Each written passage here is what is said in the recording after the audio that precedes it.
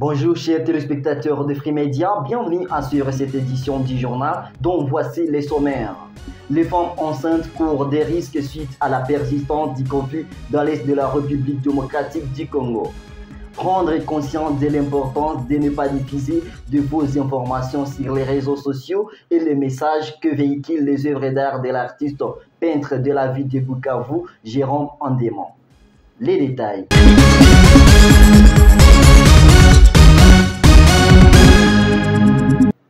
Les femmes enceintes sont exposées à plusieurs conséquences suite à la persistance du conflit dans l'est de la République démocratique du Congo. Lors d'une interview à nous accorder ce jeudi 10 avril 2025, le docteur Patrick Mourola, gynécologue et coordonnateur provincial de la coordination Une Santé au site Kivu, a expliqué que cette situation met en danger la santé de la femme. La psychose, par rapport à la situation que nous traversons actuellement, ne peut qu'avoir de conséquences chez la femme enceinte.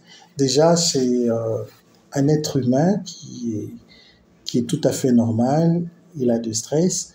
Maintenant, chez la femme enceinte, c'est encore pire.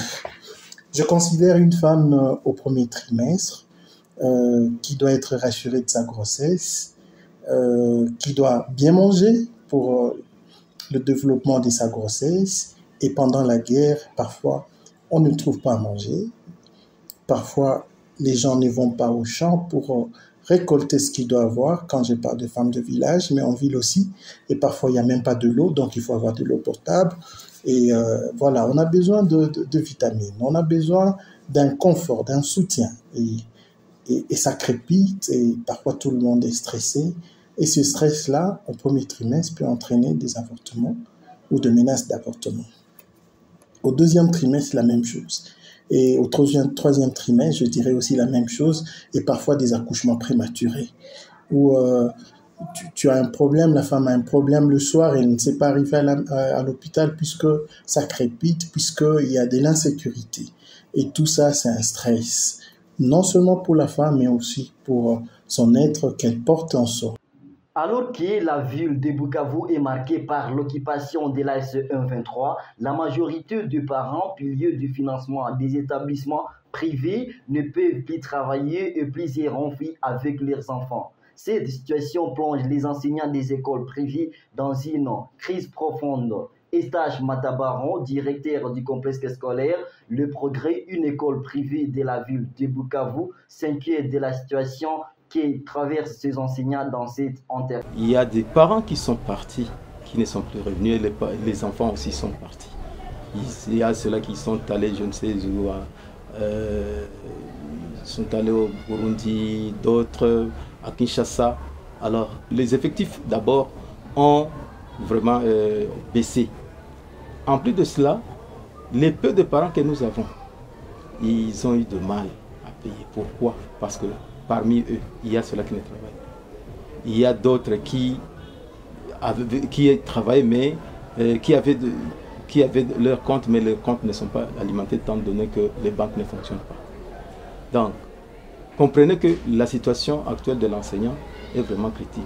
Les peu de parents qui essaient un peu de passer et donner quelque chose, ce sont les parents là qui les aident à trouver un peu de savon. Et qu'est-ce que nous faisons au sein de l'école? Au sein de l'école, lorsque nous trouvons, parce que l'enseignant n'a plus de salaire. Actuellement, l'enseignant n'a plus son salaire. Le salaire qu'il devrait avoir, ce n'est pas ça, ce qu'il peut avoir pendant ce temps. Pendant ce temps, qu'est-ce que nous faisons? Le peu seulement que nous avions récolté. C'est ces peu-là qu'on se partage. C'est comme si c'est le bénévolat que nous sommes en train de faire. Pourquoi? Parce que vous savez très bien qu'un enseignant, c'est quelqu'un qui aime les enfants. Et étant donné que nous aimons les enfants, on a commencé l'année scolaire avec eux, on ne peut pas les laisser, on ne peut pas les abandonner. Nous continuons à œuvrer avec eux, malgré la situation qui est vraiment très précaire.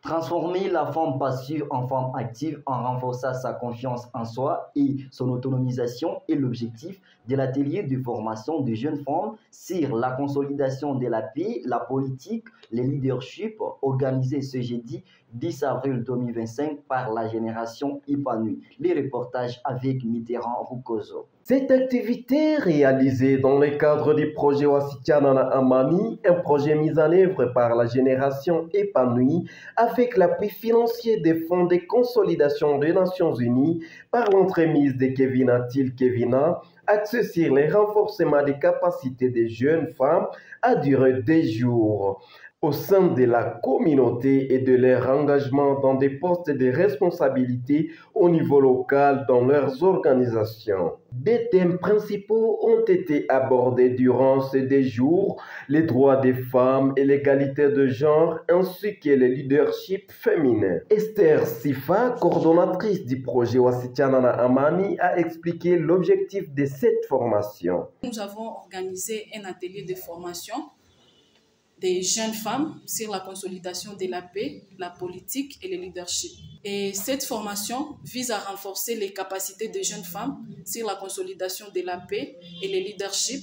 De son côté, Rachel Binjan, modératrice de la formation, souligne que la volonté est présente, mais que le soutien de la communauté reste encore insuffisant. S'il y a des défis, je pense que les défis peuvent lier au soutien qui est encore faible de la part de la communauté. Et nous pensons qu'avec le travail que nous sommes en train de faire, nous, en collaboration avec ces filles, parce que nous sommes en train de s'aimer, je me dirais, des graines qui vont donner beaucoup plus de branches, et la communauté tout entière sera en train de comprendre que le leadership féminin est le leadership du pays. Les participantes, quant à elles, ont pris l'engagement d'appliquer l'enseignement reçu au sein de leur communauté. Et d'aider aux autres femmes qui ont la peur, de briser la peur et venir. Nous allons travailler ensemble et consolider les acquis ensemble et voir si nous allons lutter contre la discrimination, surtout des hommes, dans notre société. En tout cas, je m'engage à m'améliorer. Je vais m'améliorer de mon point de vue. J'essaierai de voir en quoi est-ce que je suis encore, quel point je suis encore récalcitrante, où est-ce que je peux encore m'améliorer en termes de leader. Je sois aussi un bon leader et aider d'autres personnes à se développer demain.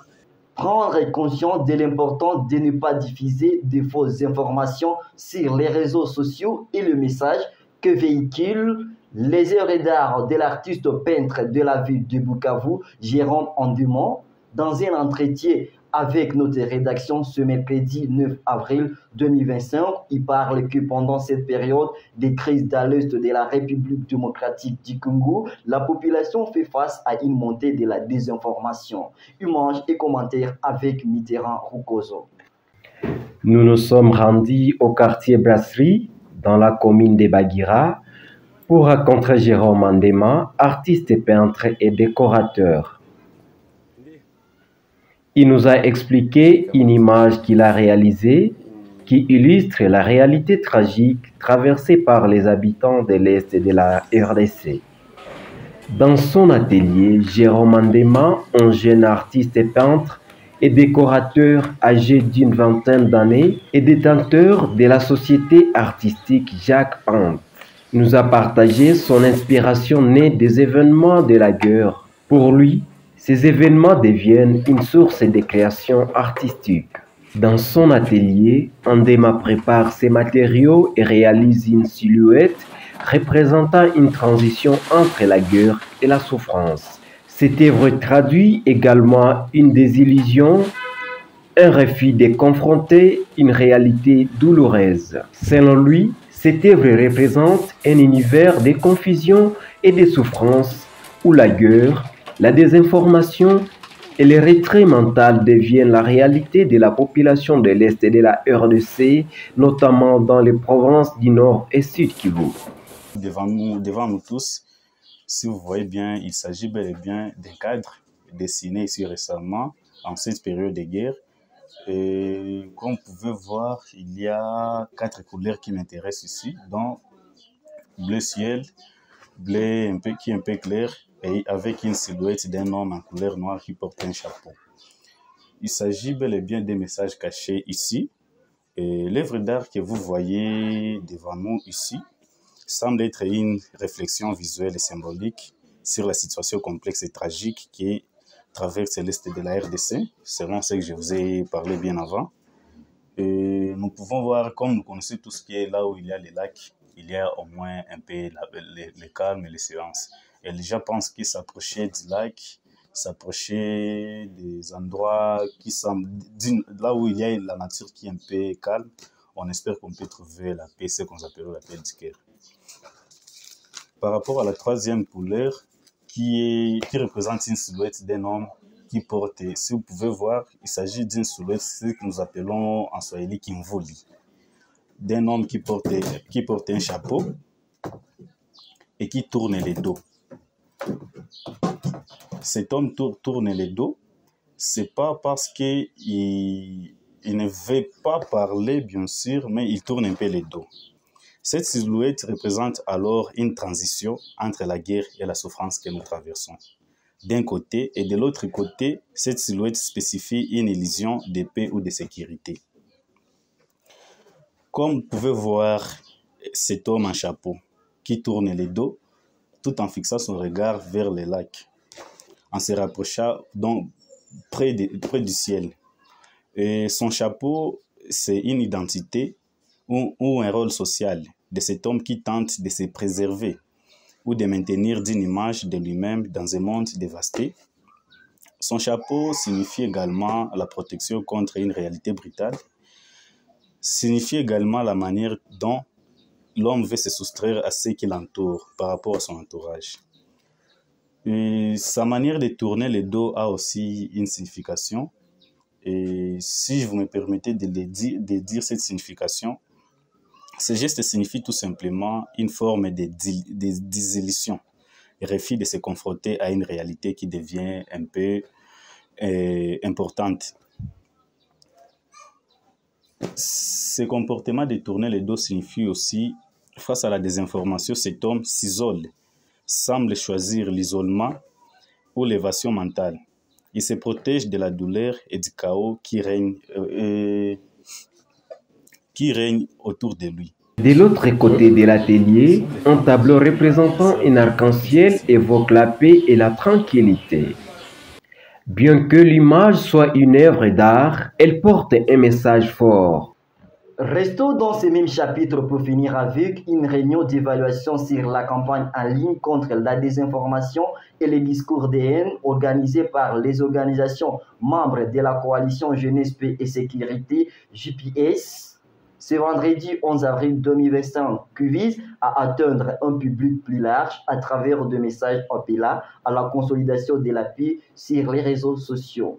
Selon Sami Moulemangabo, membre du comité de pilotage de la coalition Jeunesse, Paix et Sécurité, la campagne a été lancée dans un cadre particulier où l'Est de la RDC fait face à une crise sans précédent marquée par des guerres et des conflits. C'est dans ce cadre que les organisations réunies au sein de la coalition Jeunesse, Paix et Sécurité ont trouvé la nécessité de lancer une campagne numérique afin de barrer la route aux fausses informations, au discours de haine, à la confusion qui circule sur les réseaux sociaux, avec l'idée de contribuer à la construction de la paix et à la cohésion sociale dans la région. C'est la fin pour cette édition du journal. Merci de l'avoir suivi et à la prochaine.